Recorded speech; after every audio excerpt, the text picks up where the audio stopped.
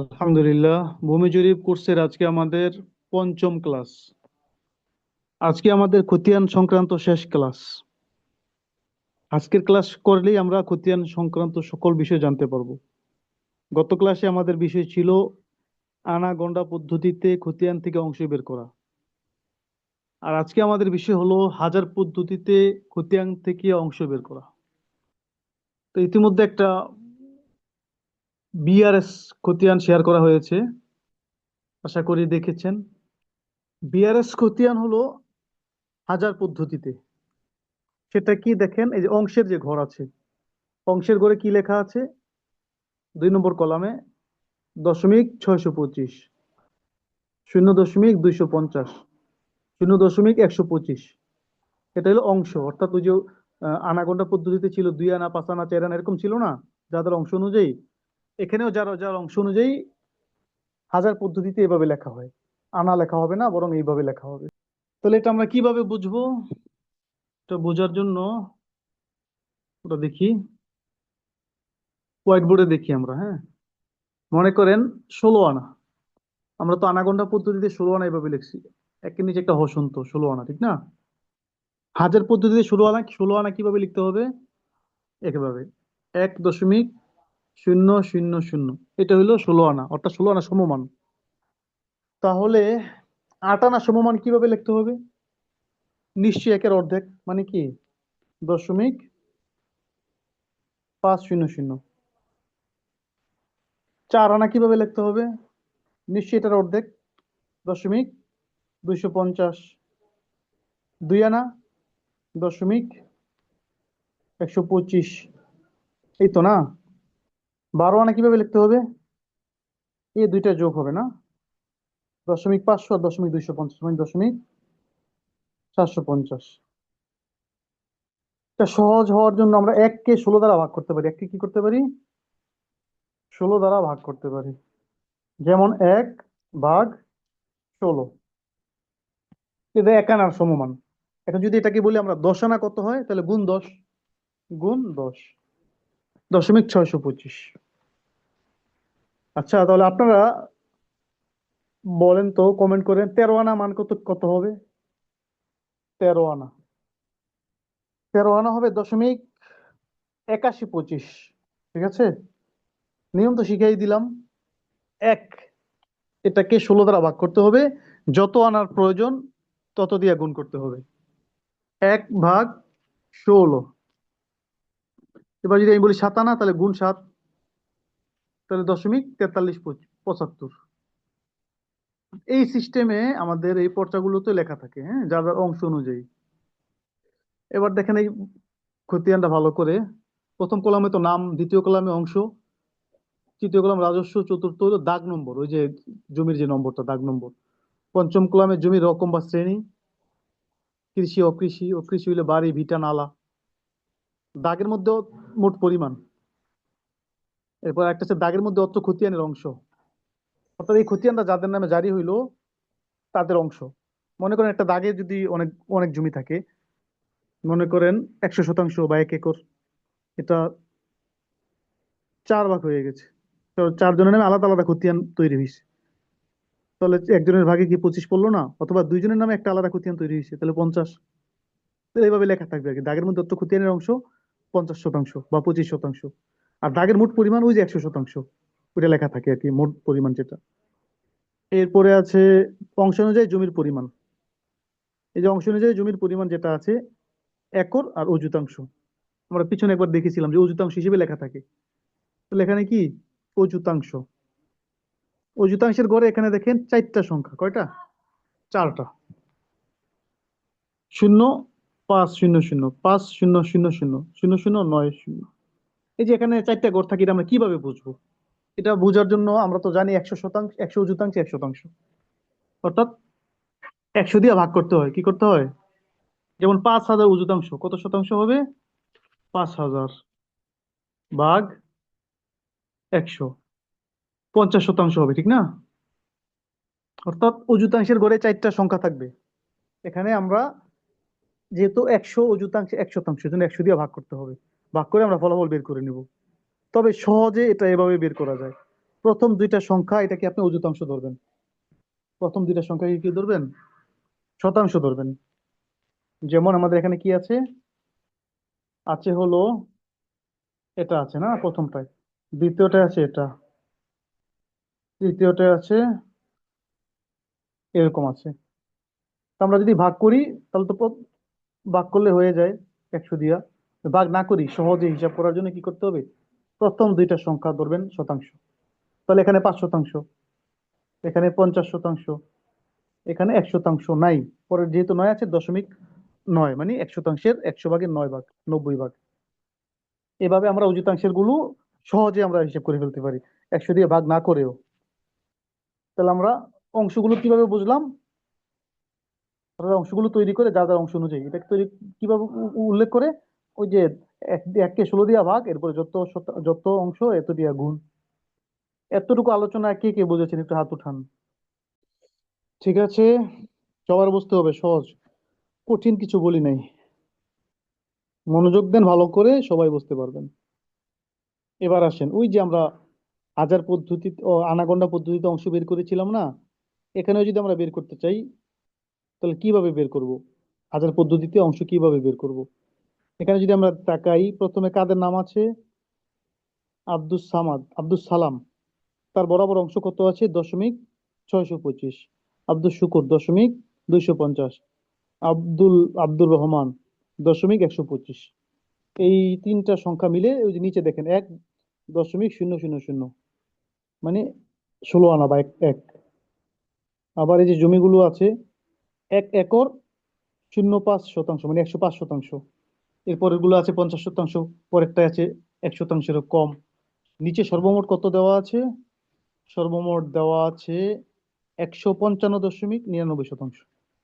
এবার আমরা এখান থেকে যে কোনো একটা সংখ্যা, একটা অঙ্ক নেই, হ্যাঁ, এটা হিসাব করি আমরা। ধরেন প্রথমটা যদি ধরি আমরা, প্রথমটা কত আছে? 1 একর 5 শতাংশ মানে 105 শতাংশ। এই 105 শতাংশকে আমরা কি করি? ভাগ করে দিই। কাকে? আব্দুস সামাদ, তার অংশ কত? 0.625। আমরা তো আগে পড়ছিলাম অংশগুণ জমির পরিমাণ ভাগ 16 আনা, ঠিক না? এখন শুধু অংশগুণ জমির পরিমাণ। অংশগুণ জমির পরিমাণ, এটা একদম সহজ, আর কোনো কথা নেই, আর কিচ্ছু নাই, অংশগুণ জমির পরিমাণ। তাহলে অংশ কত? 0.625 গুণ জমির পরিমাণ কত? ওই যে 105-এর আমরা হিসাব করবো, ঠিক না? কত হয় দেখেন, অংশ 0.625 গুণ জমির পরিমাণ 105, কত হইল? 65.625। অর্থাৎ প্রথম যে অংশ কত? 105 শতাংশ থেকে সে পাইতেছে 65.62৫ তার অংশ অনুযায়ী। তার অংশ যেহেতু কি 0.625 মানে অর্ধেকেরও বেশি, এই জন্য সে এতটুকু পাইলো। দ্বিতীয় জনের অংশ কত? 250, হ্যাঁ, 250। তাহলে অংশ গুণ জমির পরিমাণ, একই তো কথা। 250 এটা অংশ, গুণ জমির পরিমাণ, জমি 105 শতাংশ, কত পাইলো? 26.25। কত সহজ দেখেন, একটু মনোযোগ দেন। তৃতীয় জন আব্দুস রহিম, তার অংশ কত? 0.125। সে 105 শতাংশ থেকে কতটুকু পাবে? তাহলে অংশ, অংশ কত? 0.125 গুণ জমির পরিমাণ, জমি কত? 105, এই তো 105। অংশ গুণ জমির পরিমাণ সমান যেটা ফলাফল, 13.125। 13.125। তাহলে আমরা 105 শতাংশ থেকে, প্রথম জমিটা থেকে সবাইকে তার অংশ অনুযায়ী অংশ দিয়ে দিলাম। এবার যদি আমরা যোগ করে দেখি মিলে কিনা, দেখি তো আমরা। প্রথম জনে পাইছে কত? 65.62৫, ঠিক না? দ্বিতীয় জনে পাইছে 26.25। তৃতীয় জনে পাইল 13.125। দেখেন তো কত শতাংশ হইল? 105 শতাংশ। আমরা হিসাব করছি কোনটা? প্রথম জমিটা 1 একর 5 শতাংশ মানে 105 শতাংশ। দ্বিতীয়টা আছে 50 শতাংশ। এটাকে যদি আমরা এভাবে করি, এভাবেই হবে, সবগুলা এভাবে হবে। আপনারা যে কোনো বাড়িতে বা যেখানে পান পর্চা সংগ্রহ করবেন, পর্চা সংগ্রহ করে সবাই হিসাব করবেন, বের করবেন আনাগোনা পদ্ধতিতে এবং হাজার পদ্ধতিতে বের করে করে আপনারা প্র্যাকটিস করবেন। কে কে বুঝেছেন হাজার পদ্ধতিতে অংশ বের করার যে প্রক্রিয়া আমি শিখাইলাম, এটা কে কে বুঝেছেন হাত উঠান দ্রুত।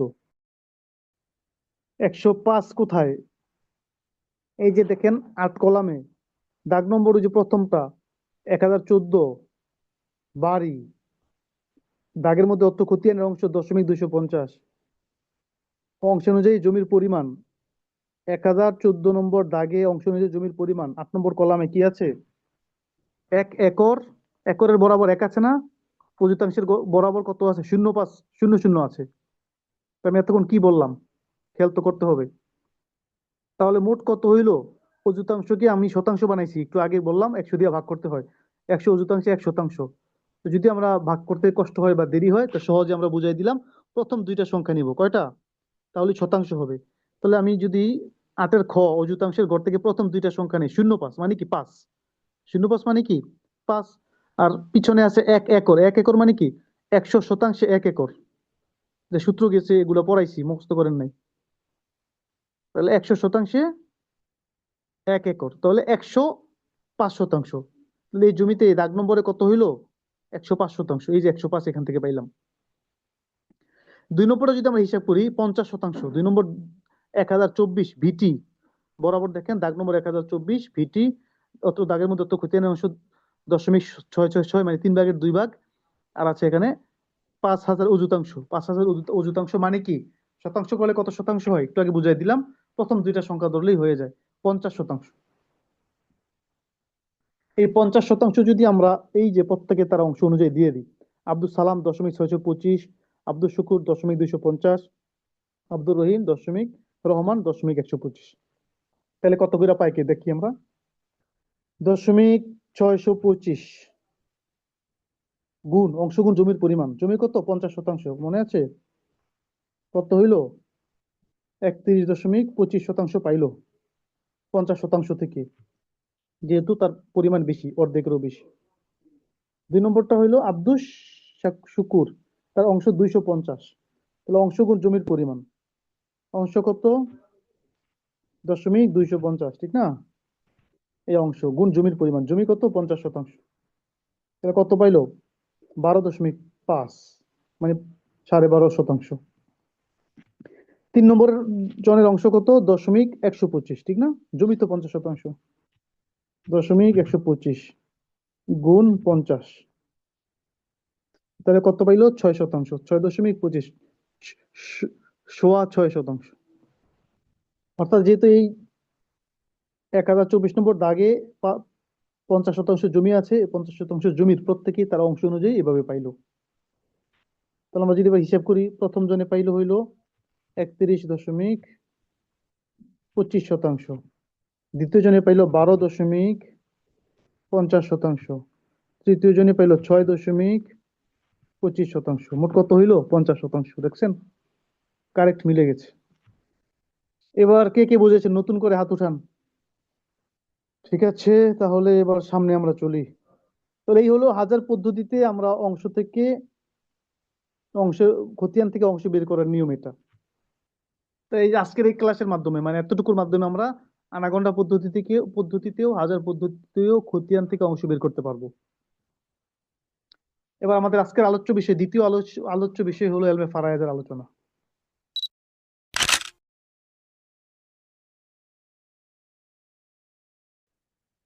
এলমে ফারায়েজটা কি? এলমে ফারায়েজ হলো উত্তরাধিকার আইন, ইনহেরিটেন্স ল।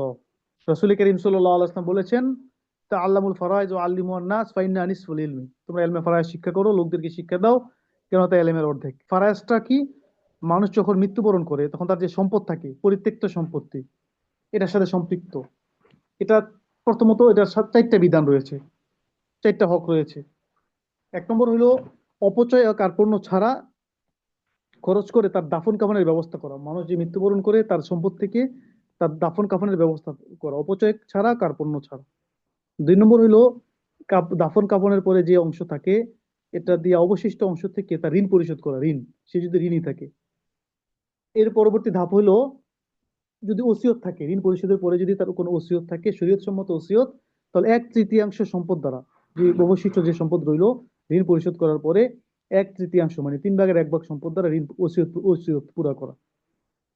এই তিনটা ধাপ অতিক্রম করার পরে যা সম্পদ থাকবে এগুলো ওয়ারিসদের মাঝে বন্টন করা হবে। ওয়ারিসরা প্রধানত দুই ভাগে বিভক্ত। এক নম্বর হলো আসহাবুল ফারায়েজ, এটা হলো আসাবা। ওয়ারিসটা কত ভাগে বিভক্ত? দুই ভাগে, আসহাবে ফারায়েজ আর আসাবা। আসহাবে ফারায়েজ মানে কি? যাদের অংশ কোরআনে কারিমের মধ্যে নির্ধারিত, যাদের অংশ কোরআনে কারিমে নির্ধারিত তাদেরকে বলে কি আসহাবুল ফারায়েজ, আসহাবুল ফারায়েজ আল আসাবাত। তো যাদের অংশ কোরআনে কারিমে নির্ধারিত তাদেরকে বলে আসহাবুল ফারায়েজ, এদের অংশ কোরআনে নির্ধারিত আছে। আর আসাবা মানে আসহাবুল ফারায়েজের অংশ দেওয়ার পরে বাকি অংশ যারা পায় তারা হলো আসাবা। তো আসহাবে ফারায়েজ মানে যারা একদম নিকটাত্মীয়, ঠিক আছে, কোরআনে কারিমে যাদের অংশ উল্লেখ আছে, এদের সংখ্যা মোট 12 জন। মোট কতজন? 12 জন। 4 জন পুরুষ, 8 জন মহিলা। 4 জন পুরুষ, 8 জন মহিলা। 4 জন পুরুষ কারা?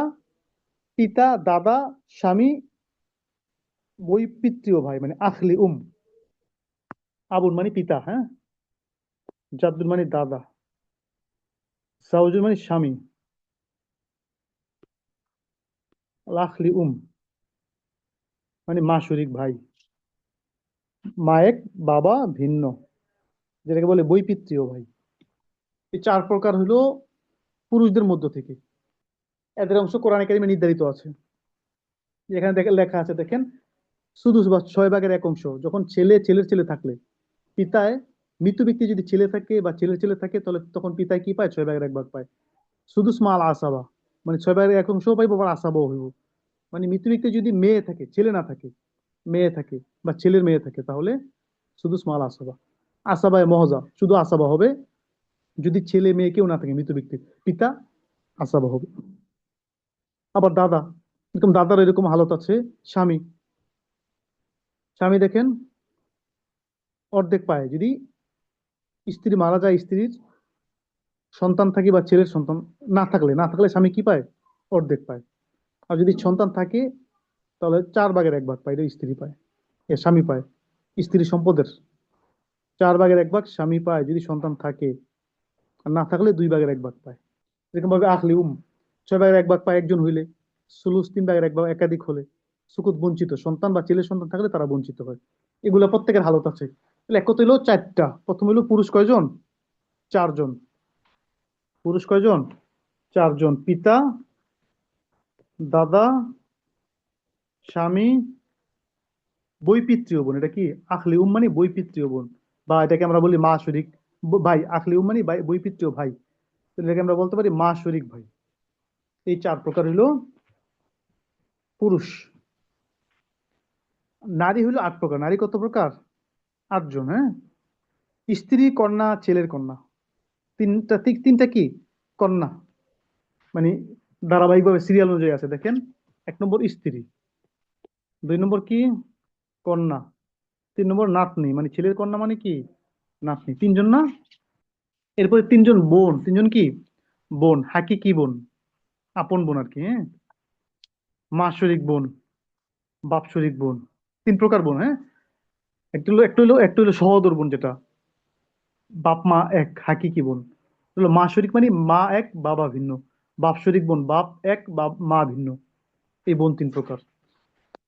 এরপরে স্ত্রী, এরপরে মা, এরপরে জাদ্দা দাদি নানি। তাহলে বোন 3 প্রকার, উখত, আব আখলি উখতলি ঠিক আছে। এরপরে হলো মা, আর হলো জাদ্দা মানে দাদি নানি। তাহলে মোট কয় প্রকার হইলো? 6 প্রকার। এই যেখানে দেখেন 3 প্রকার, স্ত্রী, কন্যা, ছেলের কন্যা নাতনি। বোন 3 প্রকার, হাকিকি বোন, বাপসরিক মা শরিক বোন, বাপসরিক বোন। 6 জন গেল গা। এরপর হলো মা, এরপরে কি? মা, আর হলো জাদ্দা, জাদ্দা মানে দাদি নানি। এই মোট 8 শ্রেণী। নারীরা কত শ্রেণী? 8 শ্রেণী। তাদের অংশ এখানে লেখা আছে, কে কখন পাইবো, কতটুকু পাবে, হ্যাঁ। যে স্ত্রী 4/1 পায় যদি সন্তান ও ছেলের সন্তান না থাকলে, মৃত ব্যক্তির মানে স্বামীর সন্তান না থাকলে স্ত্রী কি পায়? সম্পদের 4/1 ভাগ পায়। আর স্বামী মৃত্যুবরণ করছে, স্বামীর যদি ছেলে থাকে, সন্তান থাকে, তাহলে স্ত্রী 8/1 ভাগ পায়। কন্যা একজন হইলে অর্ধেক সম্পদ পায়, দুইজন হইলে 3/2 ভাগ পায়। এভাবে সব প্রত্যেকের অংশ এখানে দেওয়া আছে। তাহলে আমরা জানলাম আসহাবুল ফারায়েজ মোট 12 শ্রেণীর লোক, 4 শ্রেণীর পুরুষ, 8 শ্রেণীর নারী। কোরআনে কারিমে যাদের অংশ নির্ধারিত আছে তাদেরকে বলে আসহাবুল ফারায়েজ। তাদের অংশগুলো কি কি? কোরআনে কি কি অংশ নির্ধারিত আছে? আছে নিসফ, রুবু, সুমন, সুলুসানে, সুলুস, সুদুস। কি আছে? নিসফ 2/1 ভাগ, হ্যাঁ। রুবু 4/1 ভাগ, সুমন 8/1 ভাগ, সুলুসান 3/2 ভাগ, সুলুস 3/1 ভাগ, সুদুস 6/1 ভাগ। আর তাজিফি ও তানসিফি আমরা সিরাজি কিতাবে পড়েছি, অনেকেই পড়েছেন। নিসফ মানে কি? 2/1 ভাগ, সবার বড়। রুবু মানে 4/1 ভাগ, মানে কি উপরেরটার অর্ধেক এটা। সুমন মানে কি? 8/1 ভাগ, মানে দ্বিতীয়টার অর্ধেক এটা। অর্থাৎ উপর দিক থেকে আসলে অর্ধেক হিসেবে হয়। আবার নিচ দিক থেকে গেলে 8/1 ভাগ, এর ডবল হইলো 4/1 ভাগ, এর ডবল হইলো 2/1 ভাগ, ডবল হিসেবে হয়। ঠিক এমনি ভাবে সুলুসান 3/2 ভাগ, এটা ডবল কার? সুলুস 3/1 ভাগের। 3/1 ভাগ ডবল কার? সুদুস 6/1 ভাগের। আবার উল্টা দিকে হইলে 6/1 ভাগ সুদুস, এটা অর্ধেক কার? 3/1 ভাগের। 3/1 ভাগ অর্ধেক কার? 3/2 ভাগের, ঠিক না? এই কোরআন একাডেমি অংশগুলো আছে, নিস, রুবুস, সুমুন, সুলুসানে, সুলুস, সুদুস। এই অংশগুলি দেওয়া এখানে, হ্যাঁ, যার যার অংশের সাথে। কেউ নিস পায়, কেউ সুলুস পায়, কেউ সুদুস পায়, কোন হালাতে সুদুস পায়, সব এখানে দেওয়া আছে। এভাবে আমরা কি করতে পারি? এলমে ফারায়েস চর্চা করতে পারি, শিখতে পারি। এবার আসেন, একটা অ্যাপের কথা বলেছিলাম, আপনাদের মনে আছে কি? বলেছিলাম একটা অ্যাপ ডাউনলোড করবেন, উত্তরাধিকার। এই যে এখানে একটা নাম হলো উত্তরাধিকার। এই অ্যাপ ব্যবহার করে আমরা হিসাব করতে পারি, ঠিক আছে? এখানে একটু জটিলতা আছে, সেটা ক্ষেত্রে আমরা ব্যবহার না করলাম। সেটা হলো কি যে মুসলিম পারিবারিক আইন যেটা আছে, আইয়ুব খান যেটা করেছিল, ওইখানে মৃত পুত্র বা কন্যার সন্তানদেরকে অংশ অংশ দেওয়া হয়েছে, এটা শরীয়তে নিষিদ্ধ। শরীয়তে হইলো নাতি নাতনিদের অংশ নাই, দাদার থেকে। ছেলে মেয়ে পায়, কিন্তু নাতি নাতনি দাদা থেকে অংশ পায় না, পিতা যদি মৃত্যুবরণ করে মাঝখানে, হ্যাঁ। তো এটা বাদ দিলে বাকি সব ঠিক আছে এখানে, ঠিক আছে। এখানে দেখেন আপনি, লেখা আছে উপরে স্বামী। তো স্বামী ধরেন একজন, স্ত্রী মারা গেল, হ্যাঁ, তাহলে স্বামী আছে, পুত্র আছে, মনে করেন একজন আছে, মৃত পুত্র, এ তোর দরকার নাই, ওই যে বললাম মৃত পুত্রটা বাদ। কন্যা আছে, মনে করেন দুইজন আছে, মৃত কন্যা। পিতা আছে, একজন আছে। আবার উপরে উঠে আরো মাতা আছে, হ্যাঁ। দাদা তো পিতা মাতা হলে এমনি বঞ্চিত হয়ে যায়, ঠিক আছে, এগুলো দরকার নেই বাস। না, অর্থাৎ এখানে অনেকগুলা রিশতা আছে, আত্মীয়তার সম্পর্ক আছে। এগুলো আপনার যেটা যেটা দরকার হয় আপনি সেটা সেটা কি করতে পারেন, এখানে ক্লিক করে করে বাড়াইতে পারেন, কমাইতে পারেন, লিখতে পারেন, এতটুকু। এবার জমি আছে মনে করেন 150 শতাংশ, হ্যাঁ। টাকা আছে মনে করেন 2 লক্ষ টাকা। স্বর্ণ আছে 50 ভরি। ঠিক আছে, এবার ফলাফলে টিপ দিলে সব চলে আসবে, হিসাব। এই যে ফলাফলে ক্লিক করলাম, আপনার আমার হিসাব সব চলে আসছে। নিচে দেখেন হিসাবের ধরনসমূহ, এখানে এই সূত্রগুলো দেওয়া আছে। স্বামী 4/1 পাবে যখন সন্তান বা পুত্রের সন্তান থাকে। পিতা 6/1 পাবে যখন সন্তান বা সন্তানের সন্তান থাকে। মাতা 6/1 পাবে যখন পুত্র, সন্তানের পুত্র এবং 2 বা ততোধিক ভাই বোন ও পিতা থাকে। কন্যা অবশিষ্ট ভোগী হিসেবে পাবে যখন পুত্র থাকে, পুত্র কন্যা 2:1 অবশিষ্ট সম্পত্তির উত্তরাধিকার হয়। যে হিসাবগুলো আমরা দিব, ওটার সূত্রগুলো যেগুলো আছে এগুলো এখানে উল্লেখ থাকবে। যে এখানে কি আছে, একটা গ্রাফ আছে, দেখছেন এই গ্রাফটা? অর্থাৎ এখানে একটা কালার করে দিচ্ছে যাতে করে চিনতে সহজ হয়। এর ডান পাশে দেখেন আত্মীয়, স্বামী, পুত্র, কন্যা 1, কন্যা 2, পিতা, মাতা। প্রত্যেকের একটা কালার আছে, এই কালার অনুযায়ী এখানে কি আছে, গ্রাফ তৈরি করা আছে তার অংশ অনুযায়ী, ঠিক আছে। 1.67 কন্যা, পিতা ওই যে হলুদ কালার, পিঙ্ক কালার 1.67, কালো 2.50। এভাবে সবার কালার এখানে দেওয়া আছে। এরপরে যে উপরে কি আছে, আত্মীয়, স্বামী। স্বামীর অংশ হইল গা 0.250, মানে স্ত্রী তো মারা গেছে, তো স্ত্রী মারা গেছে, স্বামী আছে, তো স্বামীর অংশ 0.250, মানে কি 4/1 ভাগ। কারণ কি, যে ছেলে আছে মেয়ে আছে, এই জন্য স্বামী 4/1 ভাগ পাইতেছে। এভাবে পুত্র 2.208, কন্যা দুজন, তো এক এক একজনে 1.104 করে। পিতা 0.167, শুধু পায় আর কি পিতা। মাতা 0.167। এই অংশ অনুযায়ী প্রত্যেকের জমি 150 শতাংশ জমি থেকে 37.50 মানে 37.50 শতাংশ স্বামী, পুত্র পাইতেছে 31.20 শতাংশ, কন্যা প্রত্যেকে 15.60 করে পাইতেছে, অর্থাৎ পুত্রের অর্ধেক দুইজনে ডবল, মানে দুইজন মিলে পুত্রের সমান হয় আর কি। পিতা 25.5, মাতা 25.5 শতাংশ করে পাইতেছে। স্বর্ণ 50 ভরি থেকে 12.5 ভরি স্বামী, পুত্র 10.40, কন্যা 5.20 করে, পিতা 8.35 করে, মাতা এইভাবে পাইতেছে। হ্যাঁ, টাকা 50,000 স্বামী, পুত্র 41,600, কন্যা 20,800, এভাবে পিতা 33,400, এভাবে করে সবাই পাইতেছে। এই তো হয়ে গেল। আর এই যে উপরে লেখা আছে কি কি, জমি 150 শতাংশ, টাকা 2 লক্ষ টাকা, স্বর্ণ 50 ভরি। তাহলে এই যে আমরা আমরা যতটুকু পারি ওই পড়াগুলো মুখস্থ করার চেষ্টা করব, অংশগুলো আসাবে ফারায়েজের। না পারলে আমরা কমপক্ষে অ্যাপ ব্যবহার করে আমাদের প্রয়োজনীয় কাজগুলো আমরা সারতে পারবো। এই জন্য অ্যাপের ব্যবহারটা দেখানো হইলো। তাহলে আশা করি আজকের আমাদের ক্লাসটা খুবই ইন্টারেস্টিং ছিল, আমরা অনেক কিছু শিখতে পেরেছি। মূল কথা হইলো আজকের ক্লাসের মাধ্যমে আমাদের খতিয়ান সংক্রান্ত আলোচনা শেষ হয়ে গেল। খতিয়ানের আলোচনা এর মধ্যেই, এর বাইরে কোনো খতিয়ান সংক্রান্ত কিছু নাই। তো আমরা এখন থেকে যে কোনো খতিয়ান আমাদের সামনে আসলে আমরা ইনশাল্লাহ বের করতে পারবো, চাই সেটা হাজার পদ্ধতিতে হোক, চাই সেটা আনাগোনা পদ্ধতিতে হোক, এবং ফারায়েজও আমরা বের করে দিতে পারবো অ্যাপ ব্যবহার করার মাধ্যমে। আজকের আমাদের মূল ক্লাস এই পর্যন্তই।